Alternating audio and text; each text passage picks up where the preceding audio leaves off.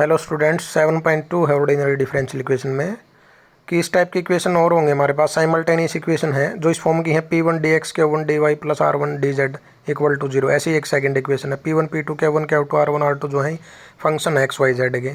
तो कहता है कि हमने दोनों को डिवाइड कर दिया dz से। फिर हमारे पास क्रॉस मल्टीप्लाई वाला प्रोसीजर होता है कि इसको ये एलिमिनेट हो जाएगा। फिर ये क्रॉस मल्टीप्लाई वाला रूल लगाया, फिर dz से ऊपर डिवाइड मल्टीप्लाई कर दिया। तो ये तीन इक्वेशन बनी आपकी, जो किस फॉर्म में है, इस फॉर्म में है एक्चुअल में।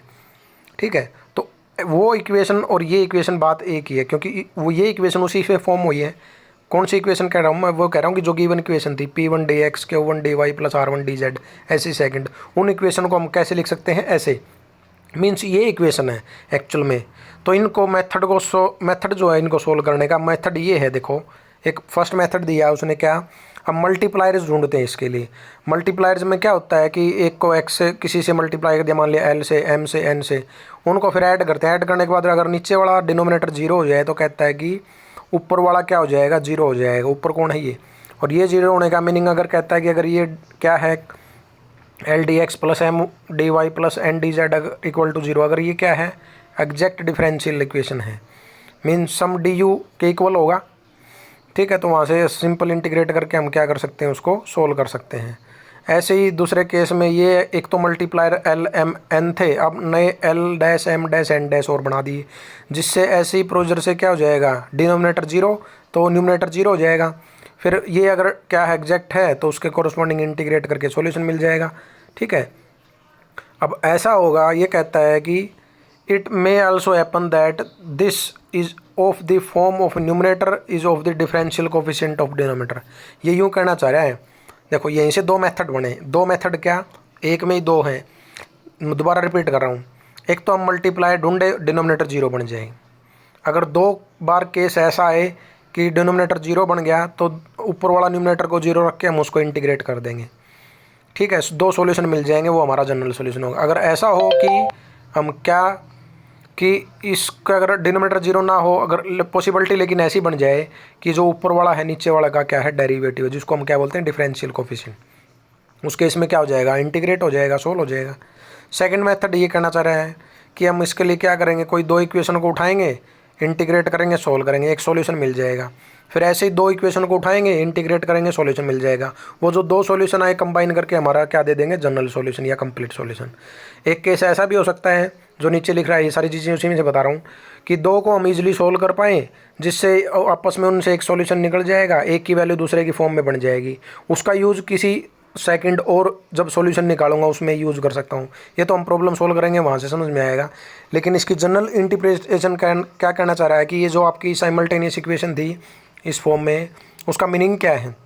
तो सॉलिड ज्योमेट्री का रिजल्ट है कि direction cosines of the tangent to a curve are proportional to these. ये होता है कि टेंजेंट के जो टेंजेंट होती है ना, टेंजेंट किसी कर्व पे, उसके जो डायरेक्शन कोसाइन होते हैं वो D X D Y D Z होते हैं किसी पॉइंट पे।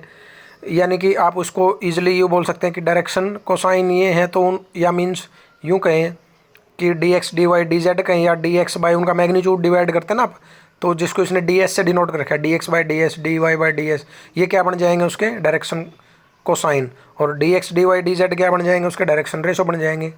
ठीक है, तो वही कहना चाह रहा है कि geometrical the above equation represent a system of curve in space. किसी कर्व को रिप्रेजेंट करता है ये स्पेस, यानी कि 3D में। In that case direction ratios of tangent at any point are proportional to P Q R. तो ये क्या है कि किसी कर्व के, जो कर्व है स्पेस में 3D में, उस कर्व को रिप्रेजेंट करता है कौन? ये साइमल्टेनियस इक्वेशंस। जिसके जो कर्व पे टेंजेंट होगा, उस टेंजेंट के डायरेक्शन रेशो या डायरेक्शन रेशो क्या आएंगे?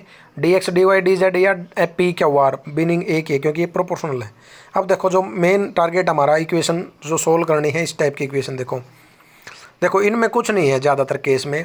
ये तो देखो हिट एंड ट्रायल रूल लगता है कि भाई हमने ट्राई करने पड़ते हैं कौन से मल्टीप्लायर सेटिस्फाई कर रहे हैं। तो उसने क्या किया? एक्स वाई जेड लिए, मल्टीप्लाई कर दिया ऊपर भी नीचे भी, फिर ऐड कर दिया इनको, ऊपर अलग ऐड नीचे अलग, न्यूमिनेटर डिनोमिनेटर बन गया। अब डिनोमिनेटर जीरो आ गया तो न्यूमिनेटर जीरो, इंटीग्रेट कर दो, एक सॉल्यूशन आ गया। अब सेकंड ऐसे ही दो मल्टीप्लाई और मल्टीप्लाई ढूंढ दिए, सेम वैसे ही multiplier A X A B Y C Z आ गए, ऊपर मल्टीप्लाई नीचे मल्टीप्लाई, ऐड कर दिया, डिनोमिनेटर जीरो आ गया।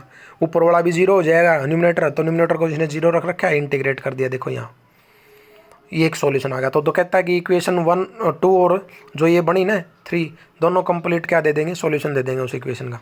एक तो मेथड ये है कि मल्टीप्लायर वाला, कि मल्टीप्लायर मिले, कोई सा भी लगा सकते, कोई दिक्कत नहीं है इसमें। कभी सोचो भाई ये कंपलसरी है कि ये लगाना है। और सेकंड मेथड आपका क्या था दूसरा, इसमें भी देखो, इसमें भी सेकंड एग्जांपल में भी मल्टीप्लायर ढूंढे, एक मल्टीप्लायर ढूंढ दो, दूसरा हम सोल्व कर पाएँ। तो इसने क्या कर रखा है, पहले तो मल्टीप्लायर ढूंढे, डिनोमिनेटर 0 आ गया, ये देखो ये सोल्व हो गया। अब सेकंड केस में क्या करें, लास्ट की 2 इक्वेशन उठाई और आपस में क्रॉस मल्टीप्लाई कर दी, देखो ये क्रॉस मल्टीप्लाई करके फिर कंपेयर करके ऐसे बना दिया। ठीक है, अब इसको ध्यान रखना, जो बीच वाली टर्म है ना, बीच वाली टर्म को हम डेरिवेटिव लिख सकते हैं, total derivative of Y Z. कैसे करते हैं डेरिवेटिव, फर्स्ट सेकंड मान के करते हैं, Y same D Z plus Z same D Y, means first same second का डेरिवेटिव। ये इक्वेशन ऐसे सोल्व होगी, मीनिंग कंबाइन करके मिक्स करके भी हम क्या लगा सकते हैं, मेथड अप्लाई कर सकते हैं इन इक्वेशन को सोल्व करने के। मिक्स मीन्स कि आप मल्टीप्लायर ढूंढ के बना दो, एक इक्वेशन ऐसी बना दो जिससे हम 2 इक्वेशन को कंबाइन करके सोल्व कर पाएँ। ठीक है, ये इजीली आप सोल्व कर सकते हैं, इसमें कोई दिक्कत नहीं है। एक मेथड और देखो जिसके अंदर लास्ट 7.3 में है कि इसने क्या किया, पहले 2 इक्वेशन उठाई, वो कह भी रहा है कि ऊपर एक हेडिंग डाल रखी है उन्हें, second integral found with the help of first, कि सेकंड सॉल्यूशन जो हम फाइंड आउट करेंगे वो फर्स्ट सॉल्यूशन की हेल्प से करेंगे। कैसे, वो इससे एग्जांपल से समझ में आएगा, जो मैं उधर बताना भी चाह रहा था कि आप किसी 2 इक्वेशन को उठाओ जो सोल्व हो जाए। आपको दिख रही है कि फर्स्ट 2 इक्वेशन उठाएंगे सोल्व हो जाएंगी, एक सॉल्यूशन मिल जाएगा, वो सॉल्यूशन आपका ये आ गया। अब इसका यूज़ मैं सेकंड वाले में करूँगा, क्योंकि देखो ना x + y = c1 आया, तो इस x + y की जगह मैं क्या रख सकता हूँ, यहाँ c1 रख सकता हूँ। इससे फ़ायदा क्या है, क्योंकि कोई भी 2 इक्वेशन मैं थर्ड के साथ लूँगा ना, फर्स्ट थर्ड लूँ चाहे सेकंड थर्ड, बाद में मैं इंटीग्रेट कर पाऊँगा वेरिएबल सेपरेट से। क्यों, क्योंकि डी जेड के साथ जेड वाली टर्म रहेंगी, डी वाई के साथ वाई वाली टर्म रहेंगी, तो सेपरेट होना इसका फ़ायदा हो जाएगा। तो इसने क्या किया, फर्स्ट और थर्ड उठाई, तो देखो थर्ड में y + x की जगह c1 रख दिया, जो पिछली इक्वेशन फर्स्ट सॉल्यूशन से आया, इंटीग्रेट कर दिया, सॉल्यूशन आ गया। वही करना चाह रहा हूँ। सेकंड एग्जांपल में भी पहले 2 हमने क्या उठाई हैं, इक्वेशन उठाई, सोल्व होगी, क्या आया, log of x = log of y + log of c, यानी कि x = y × c आ जाएगा यहाँ। तो x = y × c, तो हमने कहाँ रख दिया इसको, अगेन फ्रॉम लास्ट 2 फ्रैक्शन लिए, उसके अंदर देखो एक्स वाई की जगह यहाँ रख दिया ना उसने, एक्स की जगह सॉरी सी वाई। तो इससे क्या हो गया, वेरिएबल सेपरेट हो जाएगा। टारगेट यही रहता है कि 2 इक्वेशन को मैं इजीली सोल्व कर पाऊँ, उस सॉल्यूशन का यूज़ मैं थर्ड में सोल्व करके यूज़ करूँ कि जिससे वो वेरिएबल सेपरेट हो जाए, इंटीग्रेट हो जाए, तो हमारा टारगेट कंप्लीट हो जाएगा, सॉल्यूशन हो जाएगा कंप्लीट।